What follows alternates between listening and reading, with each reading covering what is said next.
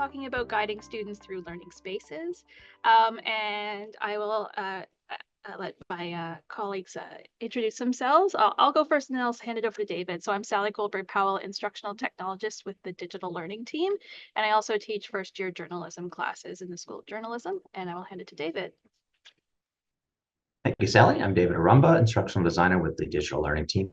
I'm Dahlia. I am the teaching spaces coordinator at the center in the teaching development and digital learning team. And so again, what we're going to do is do an overview of the learning spaces, and then we're going to talk about them in a bit more detail. So we'll talk about the classroom itself, beyond the classroom, both digitally and physically, and then helping students navigate that. And then we'll leave time for some questions and additional resources. So at this point, I'll hand it back over to David, who will tell you a little bit more about an overview of what we're talking about and what we mean by different learning spaces. So as we discussed in our sort of pre-workshop chat, learning happens in all kinds of places. And what we're hoping to accomplish with this presentation, and I guess especially this slide, is to remind you that there is multiple areas where students are learning that are just not just confined to your classroom. As a brief review, we've kind of developed this typology where we have classroom spaces, such as your traditional classrooms, which we're sort of positioning as the ones that tend to have fixed furniture, tend to have the stage on the stage at the front, that kind of traditional structure that we're used to, as well as those that are flexible, that have modular furniture, like our active learning classroom. So there's some variation even within that particular genre of learning space. Moving all forward, we have here some digital spaces with the sort of proviso that these are the university supported ones and the ones that we tend to recommend. You're familiar, I'm sure, with our learning management system, D2L Brightspace, this very platform, Zoom, Google Workspace, where collaborative co-construction of knowledge can happen with students. WordPress, which can also serve a similar function, and any sort of discipline or department specific tools that you might have access to. And finally, learning spaces that are beyond classroom spaces and beyond digital ones are learning that's it can be on campus outside the classroom, and it can also largely be in the community. So we've had examples here like libraries, workspaces, outdoors, home study space. A few of us spoke about learning that we do in transit and commuting. And as you think about the learning spaces that are available to you, consider how you might leverage the affordances and advantages of each space to craft memorable learning experiences. Here we've listed some potential, I guess, activities or components that you. So in a classroom setting, we're used to that being the place where information is sort of transmitted from instructor to student, but perhaps consider using your classroom for more interactive and collaborative activities like group work and application. In an online space, this may be a place where you mission. Sometimes this is called like a flipped classroom approach when you front load it there online. But you can also use the online space for self-tests and challenging concepts that require kind of prolonged attention and prolonged effort that might not sit well in a 1 hour window on campus. And beyond, these are community-based projects. Some experiential learning would fit in here, and even smaller things like scavenger hunts or field trips that are based in spaces that are outside of the campus. When you combine these things thoughtfully, you can create unique, authentic, interactive, and holistic learning experiences. And I'm highlighting the word active because if we go to the next slide, I also want to use this opportunity to remind us about something called active learning. And so it's hard to find a ironclad definition of active learning beyond that go beyond just a more passive reception of information. Students have to be doing things and thinking about why they're doing them. It's a more participatory approach to learning, where the content knowledge is being put into practice. And it involves not just listening, but talking, writing, relating, and applying. And so here are some of the ways that active learning can be distinguished from more traditional forms of learning. So again, multiple avenues, less emphasis on information transmission, and a greater emphasis on active learning can happen in the space. Authentic learning as well, activities that reflect real life tasks. And as I mentioned earlier, the co-construction of knowledge and sort of reflecting on their learning, metacognition. Some potential benefits of active learning. When it's designed intentionally, it can help improve retention and transfer of knowledge. Activities and content are meaningfully chunked into small pieces in a thoughtful way. You could help reduce cognitive overload during traditional lectures. Increase motivation and engagement, increase the sense of community, and as well, it can be used to provide informal assessment of student learning. Some of the potential challenges. So the biggest thing with creating these different spaces is that we end up having different expectations of students about where the learning will happen, and trying to think through how to communicate that clearly with them so they know what to expect. And then also keeping track of the learning that's taking place. So if it's not happening in the classroom, how do you know that it's happening? How do you keep people on track to complete assignments or activities in a timely way? And assessing that work can be a little bit challenging as well, especially if it's occurring, in ways that you're not able to monitor in any way. And so finding ways to monitor work that happens in other spaces. And then also the big thing that can happen is inadvertently creating extra work for you and your students. So when work is contained to the classroom, it means there is a set amount of time dedicated to that learning. And the minute you start introducing other spaces, it's easy to forget that you're adding potential complexities to the learning for your students. So, thinking about it as ways to maybe replace things like readings, instead of it just being a pure reading, maybe there's another activity students could do that would take a comparable amount of time, thinking of it kind of that way. And so at that point, we'll hand it over to Dahlia to talk about classrooms itself as our teaching spaces coordinator. This is the best person for this part of the presentation, so I'll hand it over to Dahlia. Thank you, Sally. So yeah, in the classroom's a space, is the space when you have like live in-person contact with your students, and you have space to communicate with them directly, and as well as build community with your students.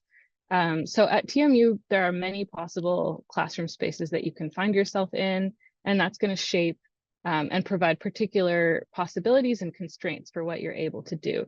But the overall goal is to inspire real learning and authentic engagement with the course subject matter from every one of your students, and to facilitate progress towards those learning outcomes. So some variables that you might find include the type of classroom that you're in. You could be in a really big lecture hall, a lab, or a smaller class, seminar class or tutorial. The layout, you could have, tiered classroom with fixed seating, or you could have a flat classroom that has flexible seating. You could have a really wide class or a long, narrow class. And your classroom size is also going to shape how your approach is going to be, as well as the technology that you might have available in your classroom in terms of how you might be able to integrate technology into your classroom activities. And so as you're thinking about all of these variables, you might ask yourself some of these questions, including, how might I organize my students, into different groups, into sections? How can I encourage participation in the classroom? What kind of tools and resources do I have that can support that kind of participation? And how would I like my students to collaborate with each other? How can I leverage the knowledge that they have to reflect on the course content? And what kinds of activities might I come up with to support student success leading up to assignments, or in developing assignments or reviewing for exams. And all of that might also make you think, what kind of preparation is needed in order for me to do that? And you could also come up with questions of your own. So when we think about, all the things that David had mentioned around active learning pedagogy is a great framework for thinking about how you could actually engage your students in the learning, both inside and outside the classroom. So here's one example of a way that you could structure a class where you're breaking up your lecture into some different opportunities for activities and ways that students could engage with the material that you're giving them. It could also look in all sorts of different ways, depending on the shape of your classroom. But we'll just explore a few scenarios. You want to change the slide. So one scenario could be, you have a large lecture hall with fixed seating. So what could active learning look like in this scenario? So some potential examples for, an individual activity. You could, for instance, have students share initial reactions to a question or a topic using a think, pair, share, just turning to the person next to them. You could have them collaborate by tackling, using what's called the jigsaw method, where groups of students, the students that are sitting around each other could tackle different parts of a problem and then switch groups, move to different chairs, and share. An assessment could be having students do peer assessment and assess their peers' contributions using an assessment form. And then also in terms of collecting student feedback and getting a sense of, getting a pulse on how the students are responding and going through the learning process, you could do a minute paper where students spend 1 minute writing about the most important thing that they learned. And one question that they still have, and that could be really helpful in having informing how you might take the next class, for instance, or adaptations you might want to make. And in another scenario, you might have a small class with more flexible seating, and so that creates different affordances in terms of what you might be able to do. So you could have students create concept maps where they visually lay out the relationships between ideas. You could do a snowball discussion where you start in pairs and then link the pairs to make bigger groups. You could do a gallery walk where students post their work around the room and then students could walk around the room. Or for reflecting on the learning, you could have students pass around envelopes that have different questions on it and respond to those questions about the course experience and put them in their envelopes. And so, yeah, I'll pass it over to Sally to talk about what happens when they leave the classroom. Thanks, Dahlia. So a lot of this workshop was regenerated from previous ones we've done about doing almost like blended learning. So talking about how you might have classroom or learning within a classroom and in digital spaces. And we wanted to also make sure we addressed all those other spaces we were talking about in the chat at the beginning of the presentation as well, to include them in when you're developing that sort of learning path or that way through the learning for your students. So to start off, I wanted to talk again a little bit about the digital spaces that are, institutionally supported here at the school, of which there are several that might be enough to satisfy your needs. And of course, there's some locally available tools depending on which department you're in. For example, if you're in the creative school, your students might also be using the Adobe Creative Cloud licensing, or in other areas, they might have access to other spaces or other tools. But the main place that we do most of our work, likely in terms of online content for students, is through D2L Brightspace course shells. Most classes now do have a course shell, especially since the pandemic, when everyone got used to that being the central place where students could find out about course materials. You could share lecture recordings and that kind of thing through there as well. And also beyond that, it does make it a little bit easier for managing grades and sharing those grades at the end of the semester in My Service Hub. So there's all that is fairly common across a lot of courses, but there's also, of course, a lot of additional tools. For example, taking full advantage of the calendar. So every time you make an assignment with a Dropbox, there's usually a due date, and it opens at a certain day and closes on another. You can actually add that to a calendar along with the quizzes. Anything that can have a date associated with it can be added to the calendar on D2L Brightspace, and that can sort of help students keep track of stuff. And of course, there's other tools like surveys and quizzes that you may have used. And more than that, there's also the ability to have some statistics and reports generated from the work that students do. So you can see, how much of the course content they've actually visited.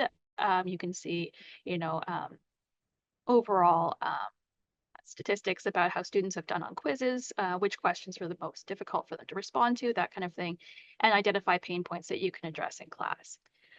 There's a lot of tutorials here on this slide as well that you can take advantage of to learn more about some of the tools on D2L. Also, of course, not to forget is the Google Workspace, which has a lot of flexibility to it as well. So you can do a lot of different things with these tools, and you can sort of find little hacks or things that work better for your class using them. I did note at the bottom of this screen that there are some limitations in terms of how many people can be within a file at the same time. So if you're working in a very large class and you want to do something like have collaborative documents where students are working on notes together, not only is it a little cumbersome to have more than 100 people in one document, but it also just is not technically possible. So you may want to create, say, 5 documents and split the students into groups in order to do that kind of work. And it will be a better experience for everyone and actually not crash the program. So there's some things like that that are good to know about. One thing that I noted under the slides column that you might not be aware of is that slides does have an audience Q&A function. So you can share your slides with the class using a code, and they're able to then put questions that can get upvoted into the slides. So as you're presenting, students can actually put in questions, see each other's questions, and say whether or not they also have the same question. They can be pushed up the queue. So there are some interesting functionalities that probably go beyond what you might be using within these tools. My favorite of them is the Google Forms. I often joke with my students that Google Form is my middle name because I use them so much in my teaching, especially to do little class engagement activities where they we play along and do a quiz, or not a quiz in class, but we do like a spot the fake social media account activity that we just completed last week. And the students will try and guess whether or not an account is fake or not by completing the form live in class, and then they get a point just for playing. The nice thing about Google Forms is that they can generate a Google Sheet that you can then use for marking purposes. So there's also a lot of other tools that are integrated or available through our centralized list of tools, and they're listed across the bottom for you. And some of you may be already familiar with these. A note that iClicker does have a fee for students, so you'd have to let students know that there's a fee for that unless your department has decided to pay for the fees for your students, which I believe that's the case for a few departments. And so there's more about that toolbox and the link in the slides, but also I just wanted to take one moment to talk about external tools. This is coming up more and more for us as generative AI tools at this institution are still all fall into this category because they haven't been able to go through the proper assessments for privacy and security yet and so we don't have any tools that are actually, and we also haven't purchased any tools that are actually available through that license and that we know are safe and secure and will respect the privacy that is expected within our institution. So just be aware that there are some questions to ask yourself. And so this guide that's provided here is the considerations for self-selecting external tools if you are interested in using some within your teaching. So not to tell you not to do it, just to be aware that there's a checklist there that you can go through to help you make those decisions. And again, for digital spaces, there are some questions you may want to ask yourself as well. And some of these sort of are similar to the ones for classroom learning and active learning techniques in the classroom. But the big ones for me are, what are your goals with using these technologies, and to ensure there are goals, because sometimes in the world of digital tools, we get excited by the tools themselves and forget to keep in mind that it should serve a real purpose for the students and ourselves in the learning that's going on in the classroom. And then also making sure that you're reviewing existing institutionally supported tools before looking beyond, because you might be surprised that the tools that we have might serve the purposes that you need. And not only does that mean that they've gone through some more rigorous testing, there's also support for those tools. So if you run into trouble, you've got support. And also they're tools that students will be more familiar with because they're being used across campus. And then you also want to think about what information and training your students will need, and even support. So if there's a chance students will have difficulty signing in or have a question, that might be extra labor that you're taking on as an instructor. So to just be aware of what the implications of introducing a new tool might be. Thinking about students who may have accommodations and being aware that some tools might be limiting to them. And so being aware that you may need to provide alternatives that are comparable to what you're doing through the tools. And then also, I love the idea of trying to find one tool that can do multiple purposes, which is again why Google Forms ends up being my middle name, is because it's fairly flexible and I can use it for multiple things. And it means my students only have to understand or get used to one way of submitting those assignments, or those activities. So they don't have to get used to a whole bunch of different ways to do class engagement activities. We do them all through one format. And then, of course, there might be simpler low-tech options that don't require you to use a tech tool at all. Maybe you can actually have students write something on a whiteboard or on a little piece of paper, or just talk to each other and share what they had to say in class. It doesn't necessarily require a digital tool of any kind to do the kind of learning that you're looking for. And always encouraging participation is a tricky one. Sometimes it's just a matter of giving some small incentive, like a mark for completing an assignment. And there's, of course, other ways of doing this, like connecting it to other assignments that are coming later in the course. Finally, what I wanted to mention in terms of digital tools, of the idea of making a tech combo. And the idea here is that you choose a suite of tools from the ones that are available to you to make your tech combo that will be for your class. So again, it's creating that consistency that students will be aware of. It means that you're using the minimal number of tools that you need. You've chosen only the ones you need, that you match your needs, and you're able to outline what those tools will be for your students from the beginning. And just keep reviewing and keep thinking about that to see if you can narrow it down, simplify, so you end up with the tools that make the most sense. So it's great that we have all these options, and there's even more options out there if you get on into if you've found yourself in the sights of any vendor in this area of ed tech tools, you'll know how relentless they can be and how much they think their tool is going to solve all your problems.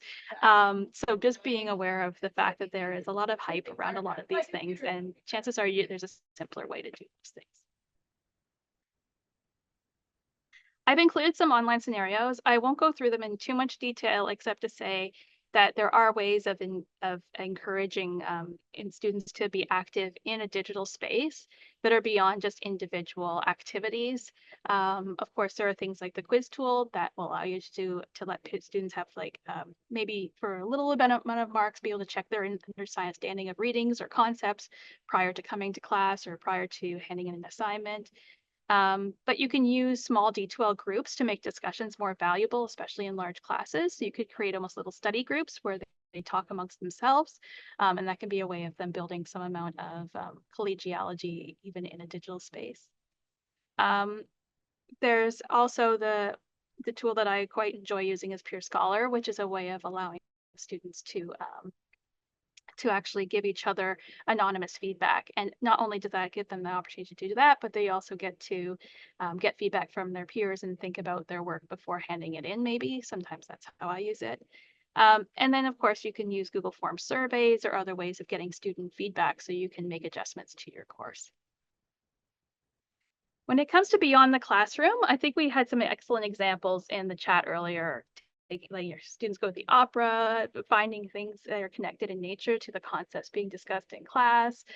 So there's a lot of different ways you can engage students, even if it doesn't seem to be obvious within your course content. There are different things you can do to encourage students to be out and aware of the world outside the classroom and bring that learning back into the classroom. So there's a list there of different things that you can consider, such as community centers or community areas, cultural sites, even letting students go in and maybe interview someone who works within their industry to get a sense of what the job is like. Even if it's not like a full-on co-op, there are opportunities to connect with industry. The other benefit is just being able to get away from the screen, even when you're in class. Most people find themselves behind a laptop. So the idea of getting away from a screen can be an incentive to do some of this learning. And also getting students towards opportunities beyond the classroom, such as, networking, connecting their learning to the land, and community engagement. I've added a link here to the EL approaches at TMU from our colleagues in the experiential learning hub. If you have more interest in exploring these ideas and would like some support, they're the best people to go and talk to. So once again, there's questions here, and the big ones to me is, really thinking about how you're going to ensure a safe and supportive environment even outside the classroom for your students, making sure that they're aware of things they can do to keep themselves, out of harm's way while they're doing this kind of work. Think about ways that you're going to be able to monitor or see the work that they're doing in a way that's appropriate. Maybe that's just a matter of them submitting their work as a photograph or something like that from the experience, so you're able to get a sense of what's going on. Also, keeping the lines of communication open might be a good thing to think about. So maybe you have a way of being accessed through a Google Chat or some other way so that students can reach out if they have questions during a specific time that's been allotted for this type of work. So it really depends on the kind of work and where they're going and how they're interacting. So, and again, we give you a page of potential scenarios to think about. So this one has an example of people going out and doing interviews with people in the field and maybe recording an audio of that, and you can submit that through a Google form. See, I told you I like them. You could do a community-based project where working with external communities or external organizations around your community, and you'll see there's a link again to a hub that does that kind of work within the Faculty of Arts. As well, there's ways that you can do assessments that are that could be an assessment that students are doing based on looking at a public space and how it could be improved, so they can make reports. And of course, there's also the idea of reflection. So a simple one would be to say, take a photograph in the community that represents some topic that you've been learning, and then tell me how it connects. And that's a really effective way that's been tested out. It's really simple, but students really enjoy this, and it also gets them thinking in different ways about the content that's been shared in classroom. So now we're going to switch gears for one last time with some of our ways that all these great ideas, I think they're great ideas, but there's way too many of them, obviously. So first thing I would say is figure out which ones work best for your delivery. And then once you've sort of decided what that is, then it's a matter of explaining to your students and helping them see how this all connects to the learning you're doing. And so we're going to switch over to that now. I think we're starting with David. We are. So David, how's your connection? Let's give it a shot. Testing 1, 2, 3. So it's all Oh, coming it in already okay? seems better. I think we're going to be good. Okay. All right. Well, apologies again for the issues that occurred earlier, and hopefully they won't occur again today. So in this section, we're going to take a look at the design and sequence of learning activities that connect across different learning spaces. And first, we want to consider what the learning activity is. So this is the pedagogical strategy that you intend to execute. And then it'll consist of a series of steps or components. So that we can consider the activity. Next, we'll want to remind ourselves why we're employing this activity. What learning outcomes will this activity help to support, and what should students be able to know, do, or value by the end of it? Next, we'll consider the where. Which physical and virtual spaces will the components of this activity take place? And specifically, what tools or resources will be required in these spaces? Finally, we'll consider how each step of the learning activity connects across different spaces in a meaningful way that's intuitive for learners. Next slide. And so to do this, we've devised a template of sorts for what we call a learning loop. And so in the context of our presentation today, a learning loop helps us to visualize the where, i.e. is it in the classroom, is it online, is it outside the classroom? The when, is this a synchronous or an asynchronous piece? And the who. Are students doing this individually? Is the whole class doing this together? Or is this happening in pairs or groups? And we consider the where, when, and who for each component of the activity. And if we go to the next slide, here's sort of an example that we can, that you may be familiar with. So if you have a guest speaker presenting, before the class, you may want to post information about the guest speaker and provide a Google form that lets students pose questions to the speaker. That will in turn generate a spreadsheet that you as an instructor can review. And now when we move into the class portion, you can have students ask those selected questions, or you can ask them on their behalf. And then you can consider providing a mark for participation to every student who submitted a question. Expressed in another way, on the next slide, we can visualize this in this learning loop. And here there's actually some other activities or other details that weren't in the first slide. So for instance, there will be spontaneous questions, so that's either you or the student will be facilitating those. And in addition to a participation mark for that in-class portion, you might even consider asking students to post a reflection on the presentation of the guest speaker in a discussion board or a class blog, and ask if they include a quote from the guest speaker that resonated for them. As a way to demonstrate that they were indeed listening to the presentation, but also to have them integrate and synthesize and draw meaning from what they saw. So some other examples on the following slides include a role play scenario. So here, in class, you could show an example of a role play, provide instruction and an opportunity, devote time for groups to start planning. And then in the online space, asynchronous or otherwise, groups can create role play scenarios. Here we have a tool called Lake Devo, which was developed by the Chang School. But there's other things you might consider. They could post a link in the course shell. Then students can watch the role play movies of each other's groups and provide comments in the online platform. And then when you come back to class, you can do a debrief. I think there's one more example. So for exam prep, for instance, online students can watch recordings and take low stakes quizzes. In class, you can aggregate and anonymize this data and show the results as a conversation starter to say, oh, where are the strengths and weaknesses? How can we ameliorate the weaknesses without identifying any one student? And then from there, students can work together asynchronously in study groups online to consider creating takeaways or exam prep documents that they can share with each other.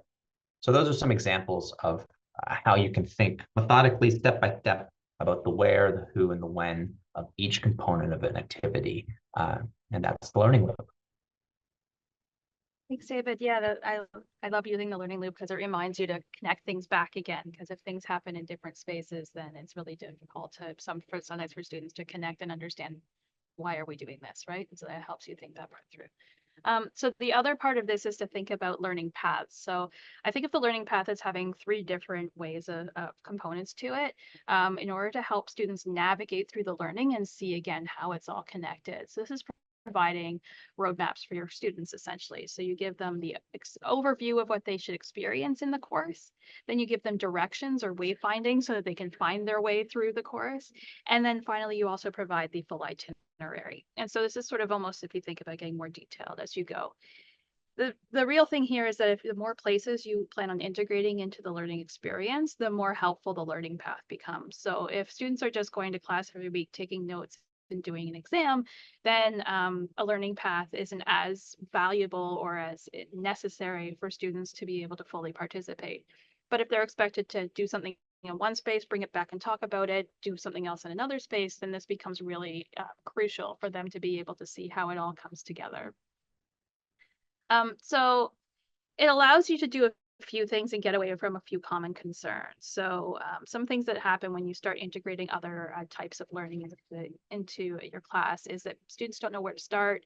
They don't know how much is out there, like how much they'll be expected to do or how long it will take if you're not providing some of those pieces for them to understand. Like if you just sort of say, just trust me, we're going on a ride together, it might not go as well as you'd hope. So this can help you alleviate some of those fears for students or concerns.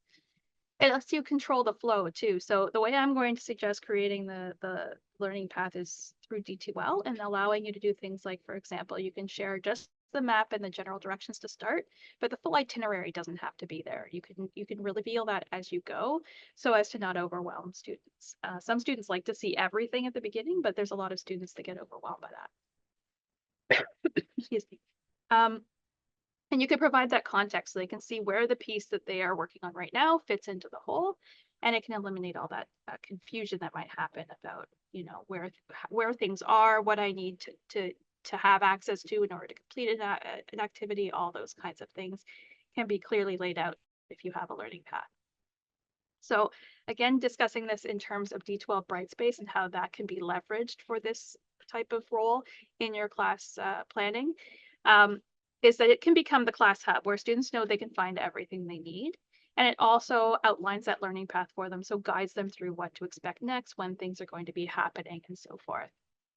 So taking that first example I gave with the map and the directions and itinerary, you can think about the following things, and I'll show a very brief example before I hand it over to Dahlia. So your map can be, your syllabus, maybe a resource list that you have for students. You could even have a Start Here module, which I'll show you a version of that, or a pinned announcement that just has the links to all the things students will need to access that sits at the top of the shell on the main page. You can then also have a weekly breakdown available, like for the directions, right? So deadlines, add things to the calendar so that students can see all the due dates at a glance.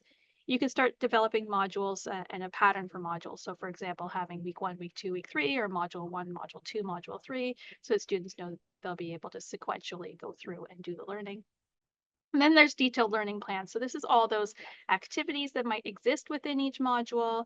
That's the assignment instructions, maybe quizzes, maybe weekly readings, all the nitty-gritty of the learning that will be happening. You could share all that through D2L, even if that's not where the learning's happening. It gives people easier access to everything and being able to see everything at a glance. So I will just briefly show you. This is a shell that I'm working in right now. So we just have a quick welcome that reminds students that before they should always check out the Start Here module on this particular shell. So I'll show you what that looks like. So if I come under content, actually zoom in a little bit so it's easier to see.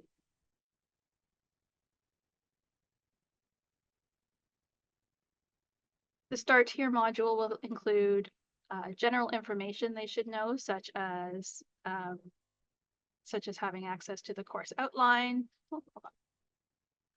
So it gives them access to the course outline, a help directory, what to do if there is a crisis that they need to deal with, what the assignments will be, and the weeks at a glance, which is from the course outline, that just gives them a very quick breakdown of what to expect. And then as they go through the course, you'll see there's different weeks. And as you notice, week 3 is currently hidden because I'm a Monday class. It doesn't start till next week. So they only see what they need as they go through the course, but they do have that overview available to them. In each of the weeks, there's also an objectives as the very first element of the module, and that lays out everything they should expect. So what types of activities we'll be doing, what will be a theme of building trust for this week. If there's an assignment, there's a link to the assignment here as well. So it just allows them to at a glance see what to expect throughout the week. And then of course they have the full view through the weekly breakdown. So that's just a quick explanation of how D2L can be acting as a learning path. Even if you're only using it as such and there's not a lot of learning going on there, it can just be a place where you can have everything organized in a way and link out to things that you're using in the course. Hand it over to Dahlia for our final section on how you can communicate this through your syllabus. Thank you, Sally. Yeah, so, you could embed all of this great structure and flow into your class, but in order for it to actually happen, you need to communicate this well with your students so that they could understand and be able to take it up in a, as it was designed in a fulsome manner. And so the D2L space and the syllabus are two spaces where you're really the primary spaces for being able to communicate this information with your students. So things that you might have in there and you might want to consider would be, your office hours, opportunities to be able to connect with you, information on academic integrity and expectations, but it's also a space where you can communicate what your teaching methods are going to be, what is being delivered and how, and what platforms might be used so that students can prepare accordingly, and also provide links to the course materials that they will be using ahead of time. And in terms of the weekly breakdown, I'm going to offer a few different examples of how you can expand the weekly breakdown to help support that flow between the learning spaces. So in the next slide, you see, a traditional weekly breakdown and you have the information about the topic, the in-class session topic, and then the required readings. But you could also think about other ways, other things that you can add into this to enhance that, to help guide the students through the additional components week to week. And so in this, if you want to change the slide, in this weekly breakdown, there are not just the topics, but the activities that students are going to engage in the class, and see how they're going to be structured. And so there's a column there for weekly online activities that they are going to engage with, at their own time. And you can see a clear connection that is made, or you're conveying the connection between the different spaces. So here, the reflection activities done online are going to be reviewed in class, and the learning materials are going to be discussed in groups in the class. And so you see how the asynchronous activities are going to then inform the, things like the selection of the topic for their presentation. So students can kind of understand that, the flow. And also here, you're providing links to the reading materials and the learning materials, and also this suggestion expands, instead of saying required readings or reading materials, it's learning materials. So that could also include videos or podcasts or websites or different things like that. And it's also helpful to include the time of a video or a podcast, so that students can plan accordingly. And another way that you can communicate to students is creating visuals that help to convey the structure and the process in a step-by-step way. And so you could you should provide them with written explanations as well, to ensure that students who are accessing the content in different ways can do so. But this 2-week learning cycle here that is conveyed here, there's more of an explanation in the slide notes as well. But students start by reviewing online content and do a participation activity online. And then on the lecture, there's an assignment due from the previous cycle, and there's a discussion in class about the theme. And then the next assignment is introduced, and then they have their lab. And then finally, in this,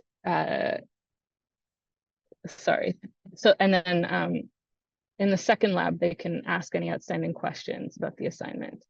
And then on the right, a different way to visualize it could be, you would have, the first 3 weeks of a course could involve in-class sessions, and then the weeks 4 through 10 could focus on in-class group work, and then have online modules. And then in the last few weeks, you're going to devote the time for in-class presentations.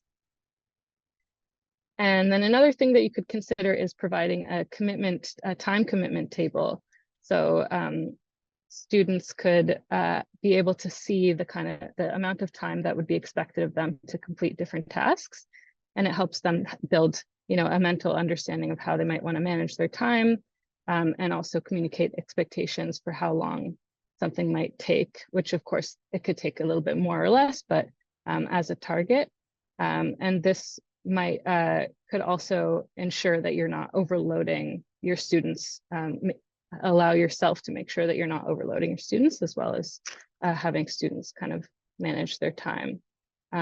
So on a lab day, they might spend an hour or two. In addition to attending the lab, they might also be completing the quiz before the lab starts.